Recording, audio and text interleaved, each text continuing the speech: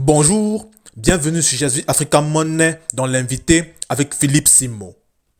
D'après les Nations Unies, une personne est considérée comme étant pauvre quand elle vit avec moins de 2 dollars par jour. Et d'après cette définition-là, la plupart des personnes pauvres se trouvent en Afrique et en Asie. Malheureusement pour toi, j'ai une mauvaise nouvelle. Cette définition-là, elle est fausse. C'est une définition théorique de la pauvreté et qui laisse penser à certaines personnes qu'ils sont dans des situations financières réluisantes alors que ce n'est pas le cas. Pendant de longues années, j'ai vécu dans un gros mensonge. Le mensonge qui consistait à penser que une vie réussie financièrement, c'était une vie qui consistait à aller à l'école, avoir un diplôme, avoir un job, gagner de l'argent avec ce job-là, progresser dans l'entreprise, devenir directeur et avec les avantages que ce style de vie-là apporte, être financièrement à l'aise. Ça, bien évidemment, c'est un gros mensonge. Dans la pratique, qu'est-ce qui se passe? Dans la pratique, tu finis tes études, tu peines parfois à trouver un boulot et quand même tu trouves ton boulot, eh ben, tu te rends compte que tu n'es pas forcément si bien payé que ça et avoir des augmentations, c'est pas si facile que ça. Tu te rends compte que l'entreprise, c'est un lieu dans lequel il y a beaucoup de bagarres et que finalement, progresser pour devenir directeur, tout ce que tu veux, c'est vraiment très difficile et qu'au final, une ou deux personnes seulement vont progresser de cette manière et le reste va stagner et tu fais peut-être partie du reste. Et ensuite, derrière, tu vas te marier. Tu vas avoir des enfants et là, bien évidemment, ton partenaire va aussi commencer à travailler. Vous allez avoir deux salaires, vous allez avoir le sentiment que les choses vont bien, juste que vous n'avez pas prévu l'augmentation de vos dépenses. Parce que maintenant que vous avez un enfant, qu'est-ce que vous allez faire? Probablement, l'une des plus stupides décisions qui puisse être, c'est de prendre un crédit sur 25 ou 30 ans pour acheter un appartement ou une maison si vous êtes en Europe ou alors en Afrique. Commencez à vivre votre vie maintenant pour essayer de construire une maison. Ensuite, avec vos épargnes, qu'est-ce que vous allez faire tous les mois? Rembourser votre crédit et une partie de cette épargne va aider la famille au pays. Ensuite, tes enfants en grandissant vont te coûter davantage d'argent. Ça, beaucoup de gens ne le savent peut-être pas, mais des études ont démontré que pour faire grandir un enfant en Occident, il faut à peu près 1 million de dollars. Oui, faire grandir un enfant de la naissance jusqu'à l'université, hein, j'entends.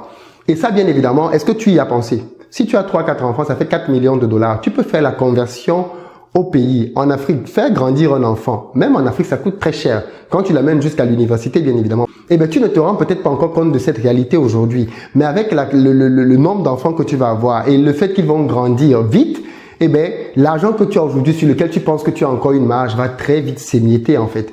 Tu vas te retrouver dans une situation dans laquelle tu vas être de plus en plus galère, si ce n'est déjà pas le cas aujourd'hui. Eh bien, sache qu'avec la croissance de ton enfant, ses besoins vont augmenter. Toi-même, tes besoins, tu auras des besoins, hein, ils vont augmenter. Et qu'est-ce qui va se passer? Les salaires ne vont pas augmenter. Du moins, pas au même niveau que tes besoins. Donc, qu'est-ce qui va t'arriver? Eh bien, il va t'arriver que dans quelques années, tu vas être de plus en plus à la peine. Tu vas être de plus en plus limite. Le problème simplement, c'est que tu es tombé dans l'engrenage de la pauvreté. C'est qui réellement quelqu'un de pauvre? Ce n'est pas quelqu'un qui gagne moins de 2 dollars comme les Nations Unies veulent nous faire croire. Parce que quand ils disent ça, ils veulent nous exclure de ce calcul-là. En réalité, d'après ma compréhension aujourd'hui en intelligence financière, quelqu'un de pauvre, c'est quelqu'un qui ne sait pas multiplier de l'argent. La seule manière de gagner de l'argent que les pauvres connaissent, c'est le salariat. C'est échanger leur temps contre de l'argent. C'est le plus petit moyen de gagner de l'argent dans l'échelle des moyens de gagner de l'argent. Et c'est un moyen qui t'emprisonne et dans lequel il est impossible pour toi de t'enrichir. Et pourtant, c'est celui dans lequel beaucoup d'entre nous sont et mourront malheureusement toute leur vie. Mais comme tu es encore jeune, si tu es jeune quand tu suis cette vidéo, tu ne vois pas encore ce que je suis en train de te dire. Eh bien, regarde juste autour de toi les autres personnes qui sont âgées et regarde leur vie. Quelqu'un qui est pauvre, c'est quelqu'un qui ne sait pas comment l'argent fonctionne. Aussi simple que ça. Peu importe combien tu gagnes à la fin du mois, si tu as une seule source de revenus, alors d'après ma définition de l'intelligence financière, tu es quelqu'un de pauvre. Tu es quelqu'un de pauvre parce qu'en réalité, tu es très exposé. Il suffit qu'on coupe cette source pour que du jour au lendemain, tu te retrouves dans la rue. Combien de personnes ici ont 1 an de salaire dans leur compte bancaire? Combien? Très peu. La plupart des gens que je connais, avec qui je travaille même, ont à peine 1 mois dans leur compte bancaire. À peine 1 mois. Les plus économes ont 3 mois. Les plus économes. Combien ont 3 mois dans leur salaire? Tu vois comment 3 mois passent vite? Donc, ça veut dire que tu n'es réellement pas en sécurité. Malgré le fait que tu as l'illusion, à cause de ton pseudo-revenu, que les choses vont bien pour toi. Qu'est-ce qu'il faut donc faire? Le pauvre, ce n'est pas quelqu'un qui a besoin d'argent. Pourquoi? Parce que quand tu donnes de l'argent à un pauvre, en réalité, tu es en train de lui faire du mal. Parce que tu es en train de masquer un besoin au lieu de le traiter. C'est ce qui se passe avec les pauvres généralement dans le monde. Voilà pourquoi toutes les aides qu'on peut envoyer dans les pays pauvres ne les développeront jamais. Parce que ce dont un pauvre a besoin, ce n'est pas de l'aide. il a besoin de deux choses. La première, c'est le mindset.